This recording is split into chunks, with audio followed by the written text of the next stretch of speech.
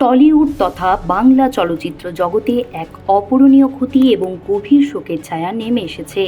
আমাদের ছেড়ে চলে গেলেন ভূতের ভবিষ্যৎ খ্যাত বিশিষ্ট চলচ্চিত্র পরিচালক অনীক দত্ত। আজ দুপুরে গড়িয়াহাটের হিন্দুস্থান পার্কের নিজের বাড়ির ছাদ থেকে পড়ে গিয়ে তার আকস্মিক প্রয়াণ ঘটেছে। এই প্রয়াণের খবর ছড়িয়ে পড়া মাত্রই থমকে গেছে গোটা টলিপাড়া এবং তার অগুন্তি অনুরাগী।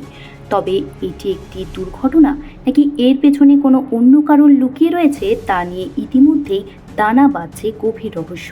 আজ দুপুরবেলা তপ্ত রোদের মধ্যেই প্রথম খবরটি আসে ঢাকুরিয়ার একটি বেসরকারি হাসপাতাল থেকে। জানা যায় 11 নম্বর হিন্দুস্থান পার্কের বাড়ির ছাদ থেকে পড়ে গুরুতর জখম হয়েছিলেন পরিচালক। তড়িঘড়ি তাকে উদ্ধার করে ঢাকুরিয়ার ওই বেসরকারি হাসপাতালে নিয়ে আসা হলে জরুরি বিভাগের চিকিৎসকরা তার প্রয়াণ হয়েছে বলে ঘোষণা করেন। খবর পেয়েই ঘটনাস্থলে পৌঁছায় গড়িয়াহাট থানার পুলিশ এবং পরিস্থিতি খতিয়ে দেখতে কিছুক্ষণের মধ্যেই সেখানে ফরেনসিক বিশেষজ্ঞরা এসে পৌঁছান। আইনি প্রক্রিয়া ও ময়নাতদন্তের জন্য পরিচালকের দেহ পরবর্তীকালে এসএসকেএম হাসপাতালে নিয়ে যাওয়া হয়। পুলিশ সূত্রে জানা যাচ্ছে যে ঘটনাস্থল থেকে ইতিমধ্যেই একটি সুইসাইড নোট উদ্ধার করা হয়েছে। প্রাথমিক তদন্তের পর পুলিশের অনুমান তিনি ছাদ থেকে ঝাঁপ দিয়ে আত্মঘাতী হয়েছেন। তবে ময়নাতদন্তের রিপোর্ট না আসা পর্যন্ত কোনো সম্ভাবনাকেই নিশ্চিতভাবে মেনে নিতে চাইছেন না তদন্তকারীরা। জানা গিয়েছে গত কয়েকদিন ধরে তিনি তীব্র মানসিক অবসাদ বা ডিপ্রেশনে ভুগছিলেন। পাশাপাশি তার ব্যক্তিগত জীবনেও একটি ঝড় চলছিল, কারণ গত বছরই তাঁর দাম্পত্য সম্পর্কে ভাঙন ধরে এবং তার স্ত্রী তাঁর থেকে আলাদা থাকা শুরু করেছিলেন। এই আকস্মিক প্রয়াণের পর ফিরে আসছে এক অদ্ভুত এবং বিষণ্ণ সমাপতন, যা খোদ পরিচালক নিজেই তৈরি করে গিয়েছিলেন। গত বছর অর্থাৎ 2025 সালের সেপ্টেম্বর মাসে তার শেষ ছবি যত কাণ্ড কলকাতাতেই মুক্তির আগে তিনি মিডিয়াতে একাধিক বিস্ফোরক সাক্ষাৎকার দিয়েছিলেন। সেখানে ইন্ডাস্ট্রির একাংশের নোংরা দলাদলি, বঞ্চনা এবং অভিনেতা আবির চট্টোপাধ্যায়ের সঙ্গে অসহযোগিতা নিয়ে চরম ক্ষোভ ও অভিমান উগরে দিয়েছিলেন তিনি। নিজের শারীরিক অসুস্থতা এবং মানসিক ক্ষতের কথা উল্লেখ করে তিনি আক্ষেপের সাথে বলেছিলেন, এটাই হয়তো আমার শেষ ছবি।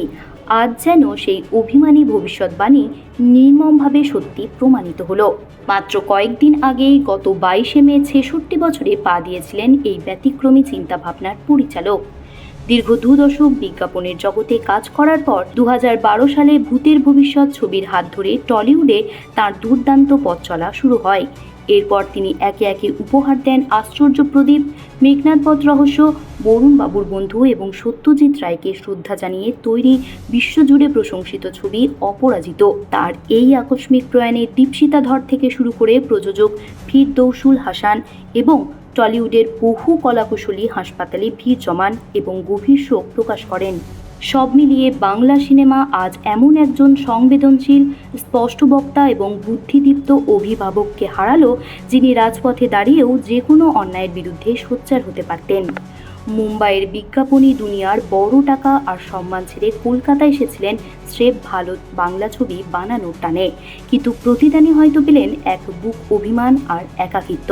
তবে শরীরীভাবে তিনি ফ্রেমের বাইরে চলে গেলেও সেলুলয়েডের পর্দায় তার রেখে যাওয়া অনন্য সৃষ্টি আর তীক্ষ্ণ ব্যঙ্গাত্মক ভাষা সিনেমা প্রেমীদের মনে তাকে চিরকাল অপরাজিত করে রাখবে।